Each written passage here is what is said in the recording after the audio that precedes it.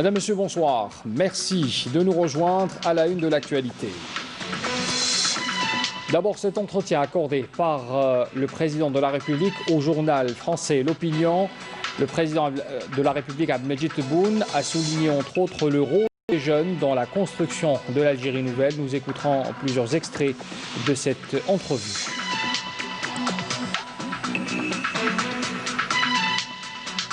Quatre projets de décrets exécutifs ont été à l'ordre du jour de la réunion du gouvernement présidée ce mercredi par le Premier ministre Abdelaziz Jarrad. Les détails tout à l'heure.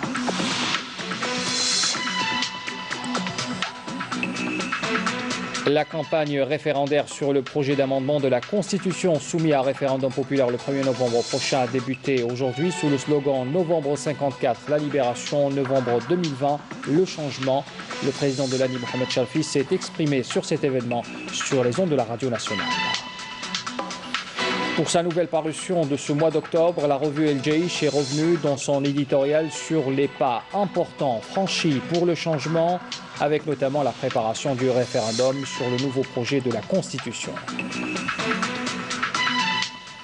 Voilà pour l'essentiel des titres de ce 19h. Bienvenue à tous. Comme je l'ai annoncé tout à l'heure dans un entretien accordé au journal français L'Opinion, le président de la République, Abdelmadjid Tebboune, a souligné le rôle des jeunes dans la construction de l'Algérie nouvelle, indiquant que l'État soutiendra les jeunes pour être une force politique et économique. On écoute le chef de l'État.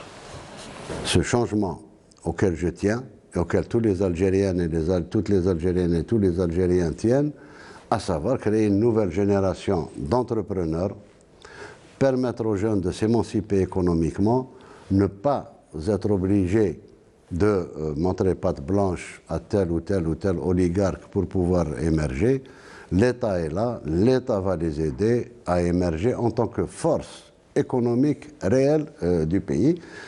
Donc, l'intégration des jeunes dans la vie économique, nous avons commencé. Sur le plan politique, je me suis engagé à introduire le maximum de jeunes au niveau des instances élues. Le président de la République a affirmé également que l'arrivée de la Constitution reflète les revendications populaires pour le changement et que l'Algérie avance à pas sûr pour réinstaurer cette confiance entre le citoyen et les institutions de l'État. La Constitution doit être un document sacré. Sacré. Vous savez, moi, ce qui m'a fait plaisir dans le Hirak, chez nous, Béni, en février, c'est la première fois qu'un peuple africain, arabe, sort dans la rue se prévalant de la Constitution. Et toujours lors de son entretien accordé au journal français L'Opinion, le président de la République avait souligné aussi qu'il veille à la consécration des fondements de la démocratie en garantissant la liberté d'expression et ouvrir le champ aux diverses opinions. Il n'y a pas répression, il n'y aura pas répression, je m'y suis engagé. Il y a protection de l'ordre public. Nous avons actuellement dans le pays énormément de journalistes. Nous respectons la presse comme de tout temps. Moi-même, j'en suis convaincu. Et ça, je crois que beaucoup d'amis dans la presse le savent depuis le temps où j'étais ministre de la Communication et de la Culture. J'ai toujours voué le plus grand respect à la presse et je n'ai jamais fait la différence entre la presse publique et la presse privée. Dans l'actualité également, le président du gouvernement espagnol, Pedro Sánchez, effectue une visite officielle de 2 jours en Algérie. À partir d'aujourd'hui, il est à la tête d'une importante délégation au cours de laquelle il rencontrera le président de la République, Abdelmadjid Tebboune, et tiendra également une séance de travail avec le Premier ministre Abdelaziz Jarrad. Le Premier ministre Abdelaziz Jarrad a présidé ce mercredi 7 octobre une réunion du gouvernement qui s'est déroulée par visioconférence. Conformément à l'ordre du jour, les membres du gouvernement ont examiné 4 projets de décrets exécutifs introduits par les ministres des Finances, de la Communication, des Transports et des Ressources en eau. Une communication a également été présentée par le ministre des Travaux publics relative à la passation de 3 marchés publics de gré à gré simples avec des entreprises publiques. Le gouvernement avait entendu aussi un exposé du ministre des Finances sur le projet de décret exécutif fixant les modalités de conception et d'élaboration du cadrage budgétaire à moyen terme.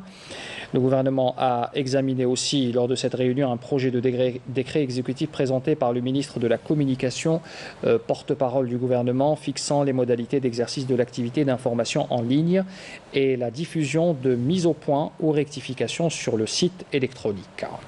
Lors de cette même réunion, le gouvernement a aussi examiné un projet de décret exécutif présenté par le ministre des Transports portant adoption du programme national de sûreté de l'aviation civile.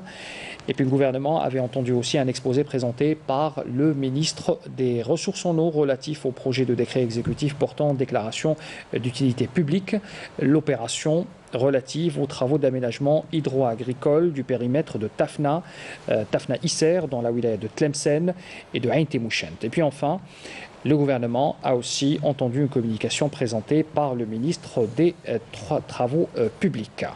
Pour plus de détails, on écoute la déclaration du porte-parole du gouvernement, ministre de la Communication, Ammar Belhimar. مداخلة وزير المالية التي تمحورت حول كيفيات تصميم وإعداد الإطار الميزانياتي المتوسط المدى. يندرج هذا المسعى في إطار إصلاح تسيير الميزانية من خلال تطوير منهج ميزانياتي موجه نحو الأداء، وذلك من خلال تعزيز الصلة بين الميزانية وأهداف السياسة العمومية.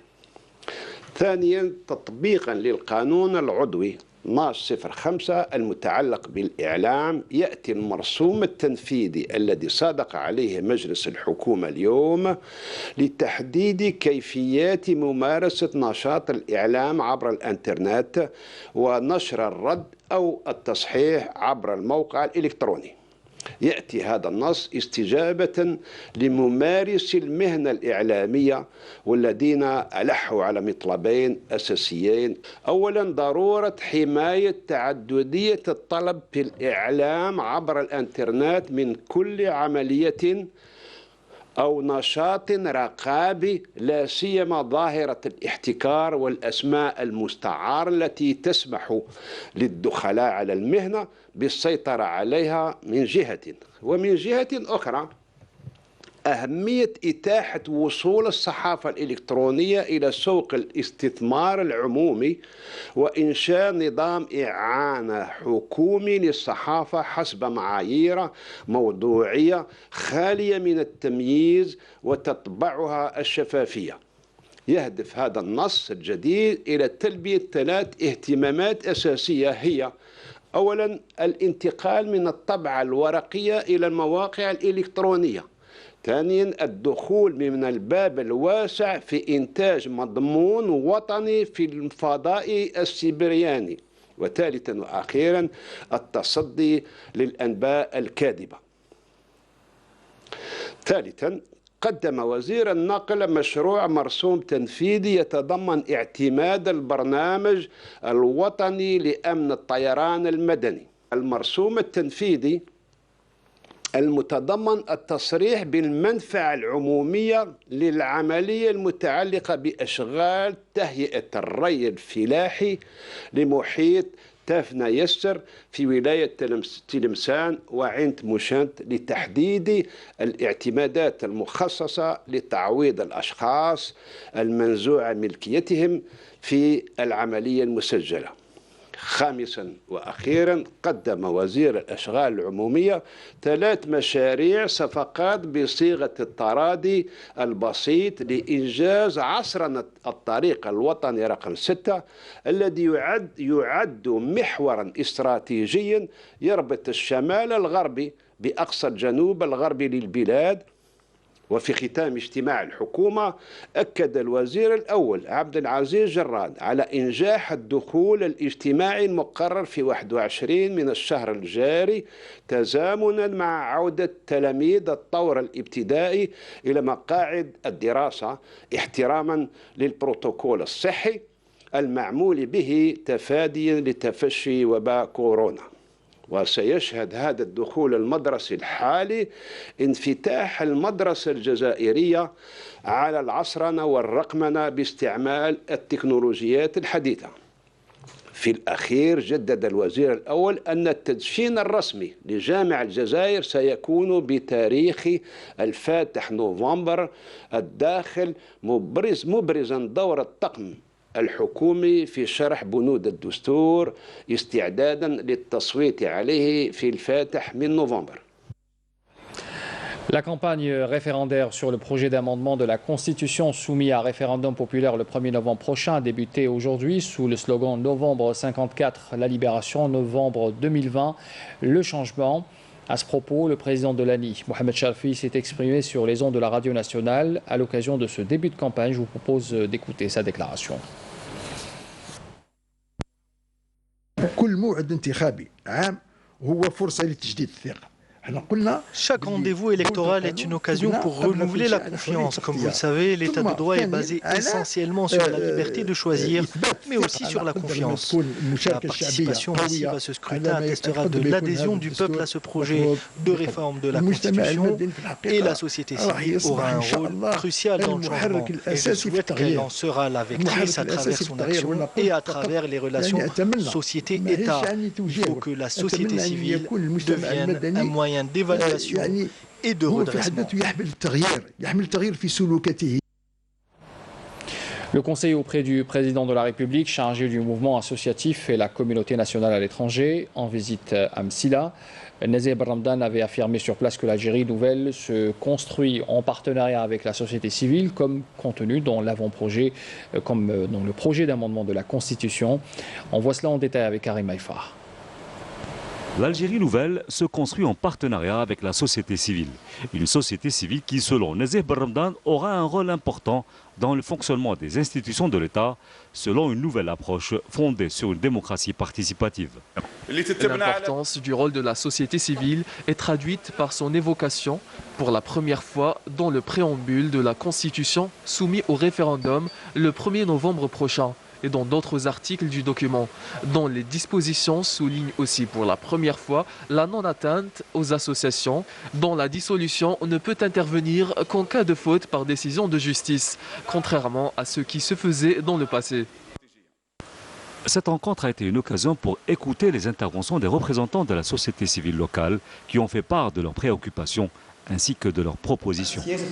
Nous voulons une nouvelle politique qui brisera toutes les contraintes qui se sont accumulées des décennies durant entre les autorités locales et nous. Il faudrait qu'il y ait une communication verticale entre les décideurs politiques et la base, à savoir les associations. Le conseiller auprès du président de la République chargé du mouvement associatif et de la communauté nationale à l'étranger a appelé par ailleurs les représentants de la société civile présents à la rencontre à renoncer à la vision ancienne de la société civile et à se consacrer au travail bénévole désintéressé pour assurer le succès du travail participatif de la société civile aux côtés des institutions de l'État. Pour sa nouvelle parution de ce mois d'octobre, la revue El Jaish est revenue dans son éditorial sur les pas importants franchis pour le changement, avec notamment la préparation du référendum sur le nouveau projet de la Constitution. Le compte-rendu est signé Camélia Belal. Dans son édito, la revue El Jaish revient sur le mois de septembre écoulé. Notre pays a été au centre de nombre d'événements importants qui se sont déroulés tant à l'intérieur qu'à l'étranger, en dépit des conditions sanitaires difficiles qu'il traverse, à l'exemple de tous les pays du monde. Il a franchi des pas importants sur la voie de la préparation du référendum sur le nouveau projet de constitution qui donnera la parole au peuple, consacrant ainsi les aspirations des générations à édifier une nouvelle Algérie, celle de la justice et du droit. Le référendum se tiendra dans des circonstances normales de transparence et d'intégrité totale et ouvrira une nouvelle ère, comme l'a promis le président de la République, chef suprême des forces armées, ministre de la Défense nationale, Abdelmajid Tebboune, qui a affirmé que toutes les garanties pour les élections intègres seront mises en œuvre, que ce soit à travers la constitutionnalisation de l'autorité indépendante de surveillance des élections ou par un encadrement rigoureux du financement politique par des lois dans le but de préserver le libre choix de l'expression populaire ou pour offrir des chances égales pour tous de voter et de se porter candidat afin que la voix de l'électeur soit respectée et que le paysage politique soit renforcé par une nouvelle génération d'électeurs. La symbolique du choix du 1er novembre pour l'organisation de ces élections porte en elle de nombreuses significations. Elle reflète l'insistance du président de la République à faire de cette journée mémorable le véritable point de départ de l'édification de l'Algérie nouvelle. Ce scrutin constitutionnel sera le premier jalon sur la voie du changement radical revendiqué par le peuple. À son tour, le haut commandement de l'ANP consacrera tous ses efforts au succès de cette fête nationale en veillant à ce que toutes les conditions soient réunies pour permettre aux citoyens d'exercer leurs droits et de s'acquitter de leur devoir électoral dans un climat de quiétude et de stabilité. Ce sur quoi a insisté le général de corps d'armée, chef d'état-major de l'armée nationale populaire, en déclarant « Le haut commandement de l'armée nationale populaire fera tout son possible pour faire de cet événement important un succès grâce à son soutien total aux efforts des institutions de l'État. J'ai donné des instructions strictes à toutes les composantes de l'armée et aux services de sécurité sur la nécessité de faire preuve de plus haut degré de vigilance et de responsabilité et de veiller à assurer la sécurité de ce référendum afin de permettre aux citoyens à travers tout le pays d'exercer leurs droits et à accomplir leur devoir électoral. Sur le plan extérieur, le discours du président devant la 75e session de l'Assemblée générale des Nations unies a été l'occasion de renouveler les positions constantes de l'Algérie sur de nombreuses questions internationales, en particulier celles relatives aux droits des peuples, à l'autodétermination et à la liberté, ajoutant que la question palestinienne reste la mère des questions et un droit légitime pour le peuple palestinien d'établir un État indépendant avec Al-Quds pour capitale. De même que la question sahraoui fait partie des questions de décolonisation, il est du droit du peuple sahraoui de décider de son propre destin à travers l'application des résolutions de l'ONU, la réactivation du processus des négociations entre ses représentants et le Maroc, comme il est nécessaire d'accélérer la désignation d'un envoyé spécial du secrétaire général de l'ONU pour que l'Afrique se débarrasse définitivement des affres de la colonisation. La commission des affaires juridiques et administratives du Conseil de la Nation s'est réunie ce mercredi pour examiner la demande introduite par le ministre de la Justice, garde des Sceaux, relative à la levée de l'immunité parlementaire de la sénatrice Mourtaria Chentouf.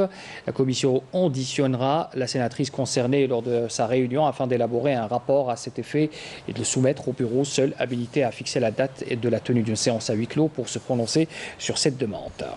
À l'APN, la commission des affaires juridiques administratives et des libertés de l'Assemblée populaire nationale a poursuivi ce mercredi l'examen de la demande de levée de l'immunité parlementaire des députés Abdelkader Wali et Mohsen Belabbas. Cette commission présidée, il faut rappeler, par Abdelhamid Seafif, a de nouveau auditionné le député Abdelkader Wali qui s'est exprimé sur les charges qui lui sont reprochées, refusant de renoncer à son immunité parlementaire. Précise également l'APN dans un communiqué. La commission a pris acte du refus du député Mohsen Belabbas de se présenter pour l'auditionner, et ce après lui avoir donné une seconde chance en le convoquant à nouveau pour la séance d'aujourd'hui avant l'application des mesures juridiques y afférentes.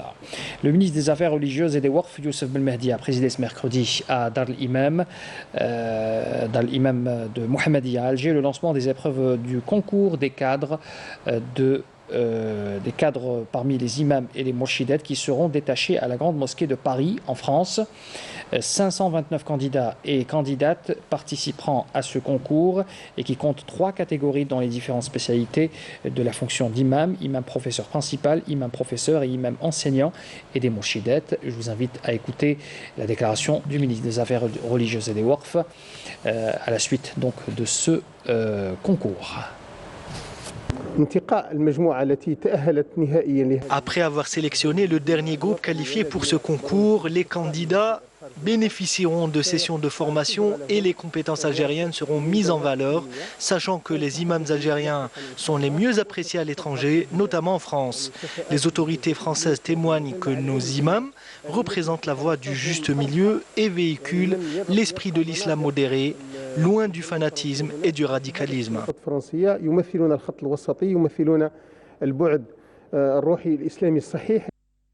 Dans la dynamique des efforts continus dans la lutte antiterroriste et contre la criminalité organisée multiforme, des unités et des détachements de l'ANP ont exécuté durant la période du 30 septembre jusqu'à hier 6 octobre de multiples opérations aux résultats de qualité qui reflètent le haut professionnalisme et la vigilance de la disponibilité permanente de nos forces armées à travers tout le territoire national, précise un communiqué du MDN, du ministère de la Défense donc.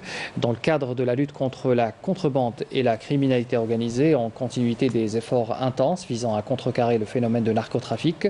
Dans notre pays, les détachements de l'ANP ont arrêté en coordination avec les services de la gendarmerie nationale lors de 2 opérations distinctes à Béchar 6 narcotrafiquants et saisi une grande quantité de kiff traités s'élevant à 10 quintaux et 80 kg, relève le communiqué. Dans le même contexte, un autre détachement de l'ANP a arrêté en coordination avec les services de la Sûreté nationale à Alger 2 narcotrafiquants en possession de 116,543 kg de kiff traités et une somme d'argent estimée à 895 millions de centimes. Alors que 8 autres narcotrafiquants ont été appréhendés en possession de 149 kg de la même substance, 25 811 comprimés psychotropes et 6 156 unités de différentes boissons lors de différentes opérations menées à Tlemcen, Batna, Tebessa, El Oued, Béjaïa et Sétif. D'autre part, les services de la gendarmerie nationale ont arrêté 12 individus et saisi 15 fusils de chasse, 100 kg de poudre noire, 13 047 cartouches et 1870 capsules, ainsi que 101 363 unités d'articles pyrotechniques à Annaba, Sétif, El Bouagui, Mila, Tebessa, Béchar et Ouelgla. Alors que d'autres détachements de l'armée nationale populaire ont arrêté à Tamanrasset, Ingezam, Borjbadji Mourtar et Janet 77 individus et saisi 24 véhicules tout-terrain, 3 camions, 7 motocyclettes, 5 détecteurs de métaux, 118 groupes électrogènes, 90 marteaux-piqueurs, 44 sacs de mélange de pierre et d'or brut, des outils de détonation et d'autres équipements utilisés dans des opérations d'orpaillage illicite, ainsi que 1,98 tonnes de denrées alimentaires destinées à la contrebande. De même, des tentatives de contrebande de grandes quantités de carburant s'élevant à 13 720 litres ont été déjouées à Tbessa, Dans un autre contexte, les gardes-côtes et les services de la gendarmerie nationale ont réussi à mettre en échec des tentatives d'émigration clandestine et ont procédé au sauvetage de 169 personnes à bord d'embarcations pneumatiques et artisanales à Oran, Tlemcen, Skikda et Chlef, alors que 10 immigrants clandestins de différentes nationalités ont été arrêtés à Tlemcen, Relizen, At-Taraf, Tbessa, également conclut le même communiqué. Le secrétaire général des Nations Unies, Antonio Guterres, a relevé dans son nouveau rapport sur la situation au Sahara occidental que le manque d'accès au Haut Commissariat des Nations Unies aux droits de l'homme, à ce territoire occupé, a fortement entravé la surveillance des droits humains dans la dernière colonie d'Afrique. Il rappelle que dans la résolution 2494 datée de 2019, le Conseil de sécurité a encouragé vivement à renforcer la coopération avec le HCDH, y compris en facilitant des visites dans la région. Guterres avait aussi affirmé que la surveillance des droits humains au Sahara occidental demeure fortement entravée par le manque d'accès du HCDH à ce territoire. Le chef de l'ONU a en outre signalé l'inquiétude du HCDH face à la persistance des restrictions imposées par les autorités de l'occupation marocaine à la liberté d'expression, au droit de réunion pacifique et au droit d'association au Sahara occidental. À cet égard, Guterres a indiqué que durant la période considérée, le HCDH a reçu des signalements de harcèlement, d'arrestation arbitraire et de condamnation de journalistes, d'avocates ou avocats ou même de défenseurs ou défenseuses de droits de l'homme et a également reçu plusieurs signalements de faits de torture, de mauvais traitements et de négligence médicale dans les prisons marocaines, tandis que des organisations de la société civile et des avocats demandaient la remise en liberté pendant la pandémie du Covid-19, les prisonniers sahraouis tels que le groupe de Guidi Mezik et un groupe d'étudiants. Le chiffre du Covid-19 en Algérie, 121 nouveaux cas confirmés de coronavirus, 94 guérisons et 6 décès ont été enregistrés durant les dernières 24 heures. On écoute à ce propos la déclaration du docteur Djemal Fouar. Pour ce qui est des principaux indicateurs enregistrés au cours des 24 dernières heures, nous avons 121 nouveaux cas, 107 nouvelles hospitalisations, 94 patients guéris, 31 patients en soins intensifs et 6 décès. Avec la notification de 121 nouveaux cas, l'incidence au cours des 24 dernières heures est de moins de 1 cas pour 100 000 habitants, sachant également que 26 wilayas n'ont pas notifié ou déclaré de cas durant les 24 dernières heures. 19 wilayas ont déclaré entre 1 et 9 cas et seulement 3 wilayas ont déclaré 10 cas et plus. Pour ce qui est des décès enregistrés au cours des 24 dernières heures, nous avons malheureusement enregistré 6 nouveaux décès, rahimahumullah. Pour ce qui est des patients nouveaux hospitalisés durant les 24 dernières heures, leur nombre est de 107 patients.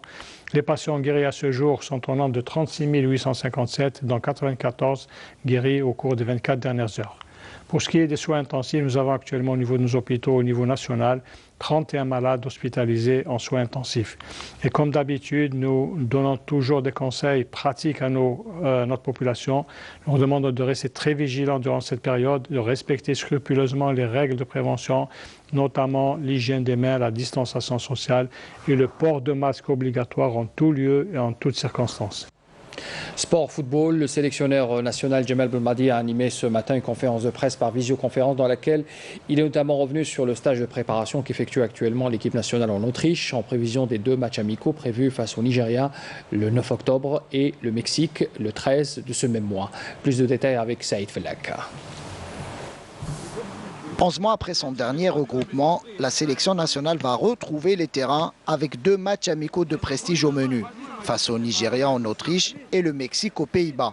2 tests importants, juge Djemal Belmadi. Le Nigeria, pas besoin de la présenter, cette équipe qui nous a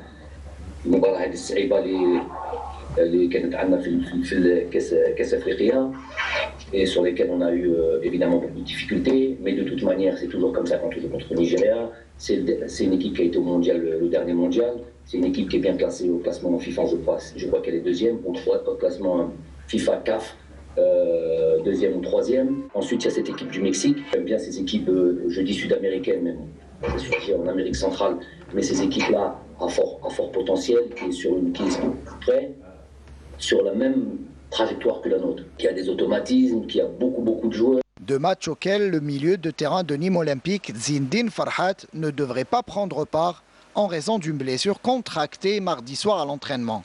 Il y a eu Zindine Farhat qui a eu un petit souci hier à l'entraînement. Je n'ai pas trop envie de m'avancer, mais il me semble que sa participation à un des 2 matchs ou les 2 matchs est compromise. Le sélectionneur national est revenu sur son choix de retenir pour ce stage 2 nouveaux joueurs, Mehdi Zerkan et Abdeljalil Medioub. Mehdi Zerkan, c'est un jeune joueur que j'avais suivi un petit peu pendant sa préparation cet été. Qui a été prolifique, il a toutes les qualités pour pouvoir faire une belle carrière. Et Abdeljalil qui vient de signer à Tondela, et après avoir parlé à son entraîneur, après avoir communiqué avec son entraîneur à Bordeaux, et l'avoir suivi un petit peu sur ce qu'il a fait auparavant, il me semble que c'est un joueur qui va progresser. Il arrive en D1 portugaise, il est arrivé à peine 4-5 jours, il va jouer régulièrement, et voilà, c'est un joueur que j'avais voulu voir aussi auprès de nous, que c'était le bon moment pour ça. Djemal Belmadi s'est dit aussi satisfait du mercato réussi pour certains joueurs de la sélection, à l'image de Djamel Belamri qui rejoint un grand club français, l'Olympique Lyonnais. C'est la fin de ce journal, merci de l'avoir suivi. Très bonne soirée à tous.